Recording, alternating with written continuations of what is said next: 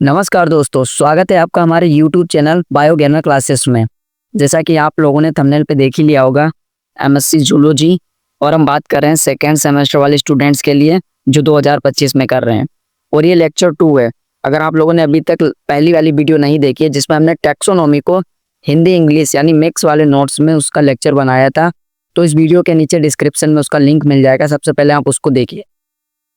और आज की इस वीडियो में हम डिस्कस करेंगे, जैसा कि थंबनेल पे लिखा है, आर्टिफिशियल वर्सेस नेचुरल क्लासिफिकेशन।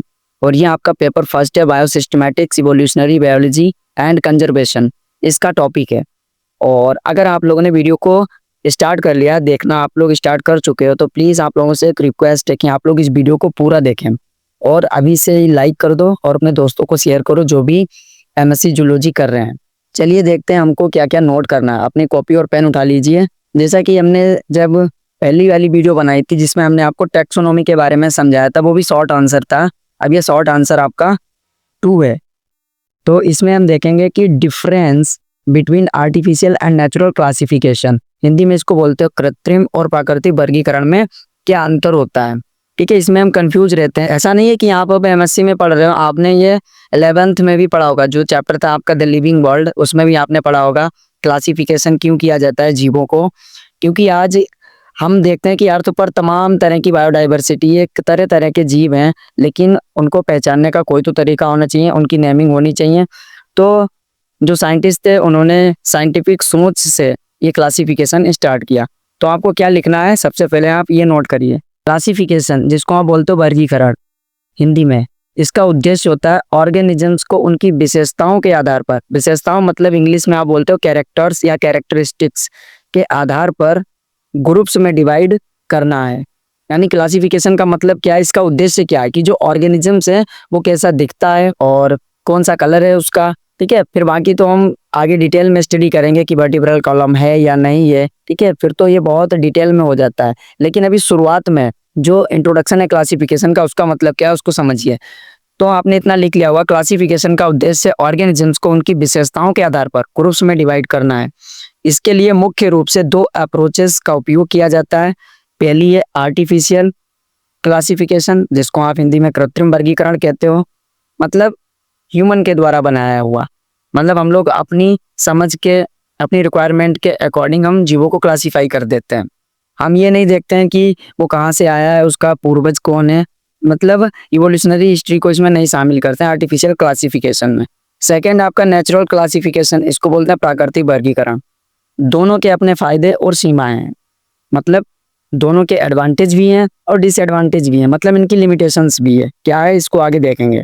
उससे पहले आप लोगों को यहाँ पर मैं थोड़ी जानकारी देना चाहता हूँ। अगर आप लोग बीएससी या एमएससी कुछ भी कर रहे हैं, ठीक है, तो आपको अगर नोट्स परचेज करने हैं तो हमारे दिए हुए व्हाट्सएप नंबर पे आप मुझे मैसेज कर सकते हो। और हमारे यूट्यूब चैनल है बायोगैनर क्लासेस के नाम से, आप लोग इसको सब्सक्राइब भी कर सकते हो। नेक्स्ट इन्फॉर्मेशन है उन बच्चों के लिए जो यूट्यूब पर ही रेगुलर पढ़ाई करना चाहते हैं, रेगुलर लेक्चर्स देखते हैं, तो उन लोगों से थोड़ी रिक्वेस्ट है हमारी, अगर आप लोग यूट्यूब पर ही रेगुलर पढ़ना चाहते हो तो आप लोग क्या करिए, इस दिए हुए क्यूआर कोड को स्कैन करके आप मुझे, जितनी आपकी कैपेबिलिटी हो, आप मुझे पे कर सकते हैं, जिससे मुझे मोटिवेशन मिलता है और मैं आपके लिए रेगुलर वीडियो अपलोड करता रहूँगा। ठीक है, आपकी जितनी मतलब क्षमता हो आप अपना कर सकते हो। जरूरी नहीं कि आप 100-200 करिए, आप 1 भी कर सकते हो, 2 भी कर सकते हो। ठीक है, मतलब जितना व्यूज आता है उतना आप मुझे पे कर सकते हो। अब बात करते हैं, सबसे पहले हम देखेंगे कि आर्टिफिशियल क्लासिफिकेशन क्या होता है। इसकी डेफिनेशन क्या है।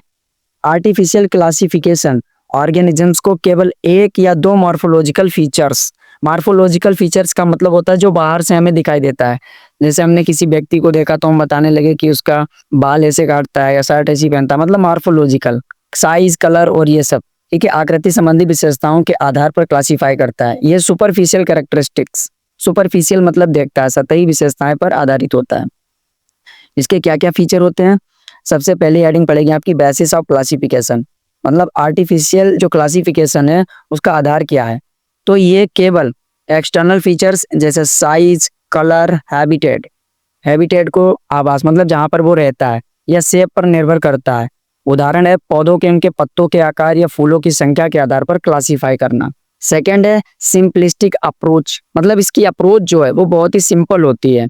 ये क्लासिफिकेशन सरल और उपयोग में आसान होता है, लेकिन ये ऑर्गेनिजम्स के इवोल्यूशनरी रिलेशनशिप्स को नहीं दर्शाता है, और यही इसका क्या डिसएडवांटेज है। ये जो क्लासिफिकेशन है शुरुआती चला था आर्टिफिशियल क्लासिफिकेशन, बाद में जो मॉडर्न साइंटिस्ट आए उन्होंने नेक्स्ट मतलब जो मॉडर्न क्लासिफिकेशन है उसको अपने लिए यूज किया। ठीक है, तो ये इसकी अप्रोच जो होती बहुत ही सिंपल होती है। इसको किसने डेवलप किया था? आर्टिफिशियल क्लासिफिकेशन को प्राचीन काल में, याद रखना प्राचीन काल की बात हो रही है, बहुत पुराने समय में जो वैज्ञानिक थे एरिस्टोटल, जिनको आप father of biology, father of zoology भी मानते हो, और सेकेंड थे इन्हीं के स्टूडेंट थियोफ्रास्टस, इन्होंने प्रपोज किया था। ये बस ये देखते थे जैसे अगर कोई चीज मूव कर रही है तो उसको एनिमल में डाल दिया, कोई नहीं मूव करा तो उसको प्लांट में डाल दिया, बाकी फीचर से इन्हें कोई मतलब नहीं है। ठीक है, और आज हम तो 5 किंगडम क्लासिफिकेशन सिस्टम पढ़ते हैं कि कौन प्रोटिस्टा, कौन प्लांटी, फंजाई, एनिमेलिया, तो डिफरेंट डिफरेंट ग्रुप्स में हमने इनको क्लासीफाई कर दिया, लेकिन पहले ये लोग नहीं जानते थे। तो ये वाला जो इमेज है ये है एरिस्टोटल का, और इनका जो टाइम पीरियड था 384 टू 322 BC, बिफोर क्राइस्ट, और ये फादर ऑफ बायोलॉजी के नाम से भी जाने जाते हैं। थियोफ्रास्टस, इनका जो टाइम पीरियड था 371 से 287 BC, he was a Greek philosopher, और इनको फादर ऑफ बॉटनी के नाम से जाना जाता है। तो ये भी बताया जाता है कि जो अरस्तु थे यानी जो एरिस्टोटल थे, इनका जो इंटरेस्ट था वो एनिमल्स की ओर ज्यादा था, और जो थियोफ्रास्टस थे इनका इंटरेस्ट बॉटनी की ओर ज्यादा था, मतलब इन्हें प्लांट से ज्यादा लगाव था, इन्हें इंटरेस्ट प्लांट्स में आता था। इन्होंने अपनी एक बुक भी लिखी थी, और मैं बुक का नाम इनका भूल रहा हूँ, चलिए मैं आपको अगली वीडियो में बता दूंगा इनकी बुक कौन सी थी। जो थियोफ्रास्टस थे ये इनके स्टूडेंट थे, एरिस्टोटल के स्टूडेंट ही थे। ठीक है, चलिए एग्जाम्पल देखते हैं। पौधों को हर्ब्स, श्रब्स और ट्रीज में क्लासीफाई करना। अभी आप देख सकते हो कितना सुपरफिशियल क्लासिफिकेशन है, मतलब इन्होंने देख लिया कि कोई छोटा पेड़ है तो उसको हर्ब में कर दो, उससे बड़ा है तो श्रब में कर दो, ज्यादा बड़ा है तो उसको ट्रीज में क्लासीफाई कर दो, बाकी इन्हें मतलब नहीं है कि वो जिम्नोस्पर्म है, एंजियोस्पर्म है, कुछ इन्हें मतलब नहीं। एनिमल्स को टेरेस्ट्रियल यानी जो जमीन पर रहते हैं उनको स्थलीय यानी टेरेस्ट्रियल, जो जल में रहते हैं एक्वाटिक, और जो हवा में है जैसे पक्षी एरियल में विभाजित करना। इसकी लिमिटेशंस क्या क्या थी? ये इवोल्यूशनरी रिलेशनशिप्स को नजरअंदाज करता है, ये बहुत ही इंपॉर्टेंट पॉइंट है। ये जो आर्टिफिशियल क्लासिफिकेशन था ये इवोल्यूशनरी रिलेशनशिप्स को नहीं बताता था, कई बार ऑर्गेनिजम्स को गलत ग्रुप्स में क्लासीफाई कर देता था, और यही कारण था जिसकी वजह से ये ऑर्गेनिजम्स को गलत ग्रुप में डाल देता था। अब जैसे ये हैं, ये आपके थियोफ्रास्टस हैं, तो ये क्या करते थे, पौधों को देखा, उनकी पत्तियां देखी, उनका साइज, कलर, उस हिसाब से इनको ग्रुप्स में डिवाइड कर देते थे। ठीक है, आप बिल्कुल ये इमेज देख रहे हो, बिल्कुल रियलिस्टिक लग रहा है। आज एआई का जमाना चल रहा है तो हम कुछ भी करवा सकते हैं। ठीक है, तो मुझे तो बहुत अच्छा लगता है, आप लोगों को बताना कि ये इमेज आप लोगों को कैसा लगा। ये देखिए, अब इसमें क्या बताया कि जो टेरेस्ट्रियल है, जैसे इसको देखा, इसको देखा, इसको टेरेस्ट्रियल में डाल दिया। अब जो एक्वाटिक लाइफ जीते होंगे उनको एक्वाटिक में डाल दिया। ये भी सीन कितना अच्छा लग रहा है, ये एक ही सीन बहुत कुछ शो कर रहा है। ठीक है, पूरी बायोडाइवर्सिटी को शो कर रहा है कि तमाम तरह के ऑर्गेनिजम्स है, कहाँ पर रहते हैं, सनलाइट भी आती है, वाटर में भी वाटर का यूज कैसे करते हैं, तो सब कुछ ये पूरी बायोडाइवर्सिटी शो करता है। नेक्स्ट है आपका नेचुरल क्लासिफिकेशन यानी प्राकृतिक वर्गीकरण। इसकी डेफिनेशन देखिए, नेचुरल क्लासिफिकेशन ऑर्गेनिजम्स को उनके नेचुरल एफिनिटीज यानी प्राकृतिक समानताओं और इवोल्यूशनरी रिलेशनशिप्स के आधार पर क्लासिफाई करता है। अब ये जो नेचुरल क्लासिफिकेशन है ये इनकी प्राकृतिक समानताओं, ठीक है, और इवोल्यूशनरी रिलेशनशिप्स मतलब पूर्वज उनका कैसा है, क्या इनके कैरेक्टर्स उनके पहले वाले पूर्वज से मिलते जुलते हैं, तो इसको भी दर्शाता है। इसके फीचर क्या क्या है, इसका बेसिस ऑफ क्लासिफिकेशन क्या है, ये मल्टीपल कैरेक्टरिस्टिक्स जैसे मॉर्फोलॉजी, वो लोग केवल मॉर्फोलॉजी लेते थे, लेकिन यहाँ पर देखिए मॉर्फोलॉजी ली जा रही है, एनाटॉमी, ठीक है, उसकी एनाटॉमी भी देखी जा रही है, फिजियोलॉजी, एम्ब्रियोलॉजी और फाइलोजेनी पर आधारित होता है। इसलिए ये वाला जो क्लासिफिकेशन है ये उस क्लासिफिकेशन से लीड कर पाया, और ये बहुत इंपॉर्टेंट है क्योंकि इसमें इतने सारे फीचर्स ऐड किए गए हैं। उसमें केवल मॉर्फोलॉजी था, यहाँ पर anatomy, physiology, embryology, phylogeny. Phylogeny का मतलब होता है विकासवादी इतिहास, यानी पीछे तक उसका कैसा इतिहास रहा है, कहाँ से वो स्टार्ट हुआ है। सेकेंड है आपका कॉम्प्रिहेंसिव अप्रोच। उसकी अप्रोच जो थी वो बहुत ही सिंपल थी, और यहाँ पर देखिए ये क्लासिफिकेशन ऑर्गेनिजम्स के इंटरनल और एक्सटर्नल फीचर्स दोनों को कंसीडर करता है। तीसरा पॉइंट है कि इसको किसने डेवलप किया, नेचुरल क्लासिफिकेशन को कार्ल लिनियस और अन्य आधुनिक टैक्सोनॉमिस्ट ने डेवलप किया। अब यहाँ पे कंफ्यूज मत करना कि कार्ल लिनियस तो मॉडर्न टैक्सोनॉमी के फादर हैं, ठीक है, वो हैं, ठीक है, धीरे धीरे इन्होंने भी जो क्लासिफिकेशन किया उसको इम्प्रूव किया, लेकिन इन्होंने भी नेचुरल क्लासिफिकेशन को डेवलप किया। और भी कई सारे साइंटिस्ट हैं, इसीलिए ये लाइन लिखी है कि अन्य आधुनिक टैक्सोनॉमिस्ट ने डेवलप किया। ठीक है, आपको लिखना क्या है वो मैं प्रोवाइड करा रहा हूँ नोट्स। तो ये है आपके Karl Linnaeus, the father of taxonomy या मॉडर्न टैक्सोनॉमी। इसका एग्जाम्पल क्या है, एंजियोस्पर्म्स को मोनोकॉट्स और डाइकॉट्स में क्लासीफाई किया। वहां पर उन्होंने केवल हार्ब, श्रब और ट्रीज में किया था। और इन्होंने वर्टिब्रेट्स को फिश, एम्फीबियन, रेप्टाइल्स, बर्ड्स और मैमल्स में क्लासीफाई किया। और वहां पर क्या था कि एनिमल देखा कि जो जमीन पर रहता है उसको टेरेस्ट्रियल कह दो, और जो पानी में रहता है उसको एक्वाटिक कह दो, जो हवा में रहता है उसको एरियल कह दो। और यहाँ पर देखिए इन्होंने वर्टिब्रल कॉलम को भी मतलब उसका एनाटॉमी भी देखी, तब जाके इन्होंने ये क्लासिफिकेशन कर पाया।